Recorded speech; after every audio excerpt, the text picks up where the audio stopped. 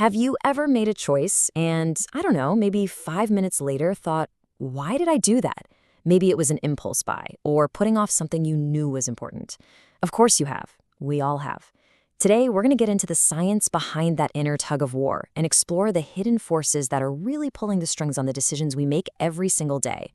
All right, let's just jump right in with a super simple question. Imagine this. I offer you $10 right here, right now. Or you can have $20, but you have to wait a week. Now, logically, the $20 is clearly the better deal, right? But for so many of us, there's this incredibly strong pull toward that immediate $10 bill. Why is that? Well, the answer reveals this fundamental battle that's always happening inside our minds. So, to really get a handle on that pull, we have to start by recognizing that we're not dealing with just one single rational mind. Nope, we're actually operating with two competing systems. You can almost think of it as having two different brains constantly arguing over every single choice you have to make. And this breakdown, which comes from Nobel laureate Daniel Kahneman, is just fantastic. So over on the left, you've got system one. This is your gut reaction. It's lightning fast, it's automatic, it's emotional. It's the part of you that makes you duck when a ball comes flying at your head. You don't even have to think about it. Then on the right, you have system two. This is your slow, careful planner. It's the part of your brain that you have to consciously fire up to solve a math problem or really weigh the long-term pros and cons of a huge life decision. But here's the catch, and it's a big one. Even though system one is amazing for, keeping us alive, it's also where most of our decision-making mistakes happen. It loves to take mental shortcuts, and that makes us really vulnerable to all sorts of cognitive biases. It's the reason we're so tempted to take the $10 now, even when we know better. So the key here is that this system isn't just random, it's programmed. But programmed by what? So where on earth does that programming come from? Well, it turns out a whole lot of it gets hardwired very, very early in life.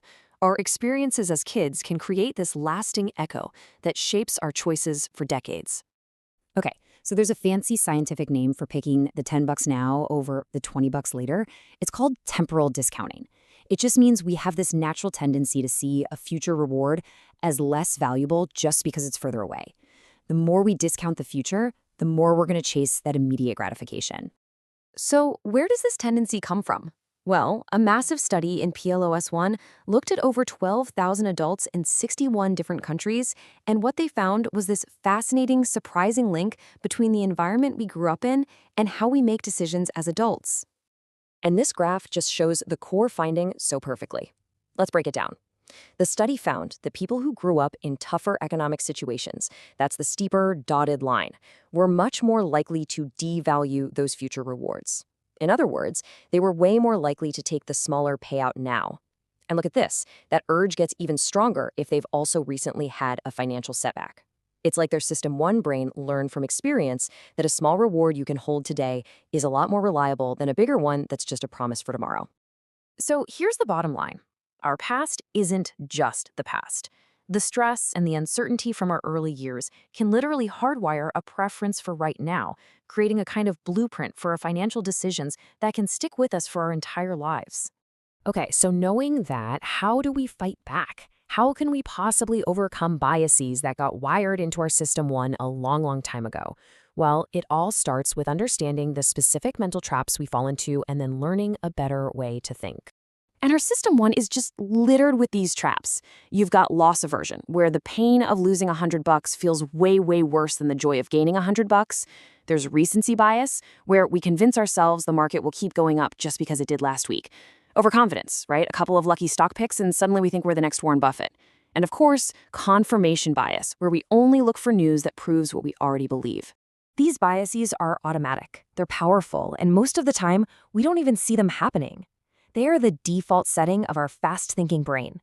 So how in the world do we escape them to make better, more rational choices? The answer is in making a huge mental shift from what's called deterministic thinking to probabilistic thinking. See, deterministic thinking wants to be right. It tries to create the perfect forecast to know exactly what's going to happen. It's a total system one trap. Probabilistic thinking, on the other hand, embraces the fact that the future is uncertain. The focus isn't on being right, it's on understanding the whole range of what could happen and then making a flexible plan to manage risk. It's about playing your hand well, not trying to predict the cards. This is how you engage that slow thinking system too. So, what does this actually look like in the real world? Let's build a clear step-by-step blueprint for making better decisions by intentionally waking up our slower, more logical brain. The investor Ray Dalio has this brilliant 5-step process that basically forces us to use System 2. First, set super clear goals. What are you really trying to do here? Second, identify the problems that are getting in your way. Third, and this is key, diagnose the root causes of those problems. Don't just put a Band-Aid on the symptoms. Fourth, design a solid plan to get around them. And finally, go do it. Execute that plan. But be ready to adapt. It's this beautiful, methodical cycle of improvement. Honestly, if you only take one single thing away from this whole explainer, let it be this. The most powerful strategy you have for making better decisions is to just slow down. The moment you feel that emotional, intuitive gut punch telling you to act, that's System 1 screaming at you. By just pausing, even for a second, you give your brain a fighting chance to shift gears into that more logical, deliberate System 2. And this quote from Daniel Kahneman himself just nails it. The goal shouldn't be to make more decisions, but to make better ones. By slowing down, by engaging our System 2, we can sidestep the traps of our automatic biases and actually focus on what matters for our long-term goals. So I'll leave you with a little challenge. Think about the week ahead. What's one decision, maybe it's a financial choice, a work thing, or even just a personal reaction, that you can consciously choose to slow down? What might you see differently if you just give your System 2 a chance to get a word in?